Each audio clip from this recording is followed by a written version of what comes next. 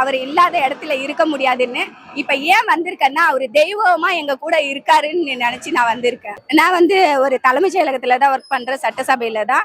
அங்க ஒரு டிபார்ட்மெண்ட்ல ஒர்க் பண்றேன். அவர் சட்டசபைக்கு வரும்போதோ பேசும்போதோ அவருடைய ஸ்பீச்சையோ எதையோ ரசிக்கவோ எல்லாமே பார்க்கவோ கைத்தட்டலுடன் நான் ரொம்ப ரசிச்சு கொண்டு இருக்கிறேன். பார்த்திருக்கேன். நான் அவரை போல ஒரு மனுஷன் யாருமே கிடையாது இந்த உலகத்துல, பிறக்கவும் இல்லை. ஒவ்வொரு மனுஷனும் அவரை நேசிச்சா எல்லா குடும்பமும் நல்லா இருக்கும், நாடும் நல்லா இருக்கும், எல்லாருமே நல்லா இருப்பாங்க.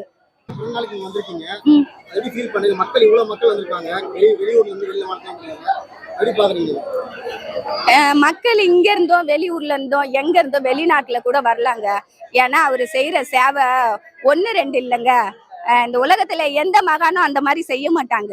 அவர் தான் சிறந்த மகான்ங்க.